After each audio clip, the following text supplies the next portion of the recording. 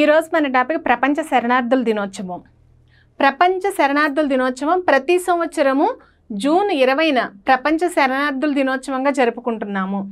ప్రపంచవ్యాప్తంగా శరణార్థులు ఎదుర్కొంటున్నటువంటి కష్టాలను, సవాళ్లను ప్రజలకు తెలియచేయటమే ఈ రోజు యొక్క ముఖ్య ఉద్దేశం. ఈ రోజు యొక్క ముఖ్య ఉద్దేశం ఏంటి అనేసి అంటే, ప్రజలు ఎదుర్కొంటున్నటువంటి కష్టాలను, సవాళ్లను ప్రజలకు తెలియచేయటమే ఈ రోజు యొక్క ముఖ్య ఉద్దేశం. హింస, వేధింపులు, ఉగ్రవాదం వంటి కారణాల వల్ల తమ స్వదేశాలను వదిలి రక్షణ కోసం ఇతర ప్రాంతాలకు తరలిపోయిన వారిని శరణార్థులుగా పేర్కొంటారు. శరణార్థులుగా ఎవరిని పేర్కొంటారు అనేసనంటే, వారు ఆ దేశంలో నివసించేటప్పుడు వాళ్ళు హింసకి కానీ, వేధింపులకు కానీ, ఉగ్రవాదం వల్ల కానీ, వాళ్ళకి ఎటువంటి కారణాల వలనైనా సరే రక్షణ లేకపోతే రక్షణ కోసం వాళ్ళు ఆ దేశాన్ని వదిలిపెట్టి వేరే చోటకు వెళ్ళిపోతారు. వాళ్ళని శరణార్థులుగా పిలుస్తారు.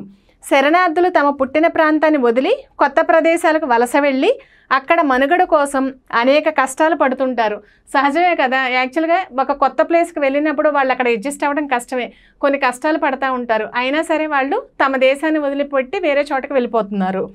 వారి దుస్థితిని గుర్తించి సమాజంలో వారికి గౌరవము, మర్యాదలు లభించేలా ప్రజలలో అవగాహన కల్పించడమే ఈ దినోత్సవం యొక్క ప్రధాన లక్ష్యం. గణాంకాలు అంటే శరణార్థులు ఎంతమంది ఉన్నారు ఏంటని చూద్దాము. ఐక్యరాజ్య సమితి శరణార్థుల వ్యవహారాల సంఘం యుఎన్హెచ్ఆర్ అంటే United nations high commissioner of refugees నివేదిక ప్రకారం 2025 ఏప్రిల్ చివరి నాటికి హింస, దౌర్జన్యాలు, వేధింపుల వల్ల బలవంతంగా స్థానభ్రంశం చెందిన శరణార్థుల సంఖ్య 12.2 కోట్లకు చేరుకుంది. ఇది 2024తో పోలిస్తే, అంటే ఇదేంటంటే 2025లో అనమాట. 2024తో పోలిస్తే 20 లక్షలు ఎక్కువ. అంటే 2024లోనే తక్కువ ఉన్నారు. 2025 వచ్చేటప్పటికి 20 లక్షల మంది పెరిగారంట. ప్రపంచ జనాభాలో ప్రతి 67 మందిలో ఒకరు బలవంతంగా స్థానభ్రంశం చెందుతున్నారు. అంటే మనం మామూలుగా లెక్క చూసుకుంటే అంటే ప్రతి 67 మందిలో ఒకళ్ళు బలవంతంగా స్థానభ్రంశం చెందుతున్నారు. అంటే వాళ్ళకి ఇష్టం లేకపోయినా సరే ఒక దేశం నుంచి ఇంకో దేశానికి తరలి వెళ్ళిపోతున్నారు.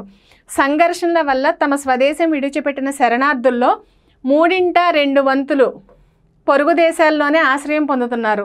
సంఘర్షణ వల్ల స్వదేశం విడిచిపెట్టిన శరణార్థుల్లో 3/2 వంతులు పొరుగు దేశాల్లోనే ఆశ్రయం పొందుతున్నారు. అత్యధిక శరణార్థుల జనాభా ఉన్న దేశాలు, అంటే అత్యధికంగా ఆశ్రయం కల్పిస్తున్నవి, అంటే వాళ్ళ దేశానికి వస్తే వాళ్ళ ఆశ్రయం కల్పిస్తారు కదా, అవే దేశాలు చూద్దాం. ఇరాన్ ఎంతమంది? 35 లక్షలు. టర్కీ 29 లక్షలు. కొలంబియా 28 లక్షలు. జర్మనీ 27 లక్షలు. ఉగాండా 18 లక్షలు. మరి అత్యధికంగా శరణార్థులు వస్తున్నటువంటి దేశాలు, అంటే ఎక్కువ మంది ఈ దేశానికే వస్తున్నారని అనుకుంటాం కదా, ఆ దేశాలు ఎవరు అనేసి అంటే సూడాన్ 1,35 లక్షలు. ఆఫ్ఘనిస్తాన్ 1,03 లక్షలు. ఉక్రెయిన్ 88 లక్షలు. మనం చారిత్రకంగా చూసుకుంటే చారిత్రక నేపథ్యం ప్రకారం అంతర్జాతీయంగా శరణార్థుల రక్షణ, వారి హక్కులు మరియు మొదటి ప్రపంచ యుద్ధము, రెండవ ప్రపంచ యుద్ధంలో గాయపడిన వారికి చికిత్స అందించడం వంటి అంశాలపై 1951వ సంవత్సరంలో ఐక్యరాజ్య సమితి మొదటిసారి ఒక సమావేశాన్ని నిర్వహించింది. అంటే ఈ శరణార్థుల కోసం ఐక్యరాజ్య సమితి 1951వ సంవత్సరంలో ఒక సమావేశం నిర్వహించిందంట. ఈ సమావేశం జరిగి 50 సంవత్సరాలు పూర్తయిన సందర్భంగా 2001లో ఏటా జూన్ 20న ప్రపంచ శరణార్థుల దినోత్సవంగా జరుపుకోవాలని ఐక్యరాజ్య సమితి తీర్మానించింది. అంటే 50 సంవత్సరాలు కంప్లీట్ అయినటువంటి సందర్భంగా 1951లో సమావేశం జరిగింది. 50 సంవత్సరాలు కంప్లీట్ అయిన సందర్భంగా 2001 నుంచి ప్రతి సంవత్సరము జూన్ 20వ తారీఖు ప్రపంచ శరణార్థుల దినోత్సవం జరుపుకోవాలని ఎవరు నిర్ణయించారు?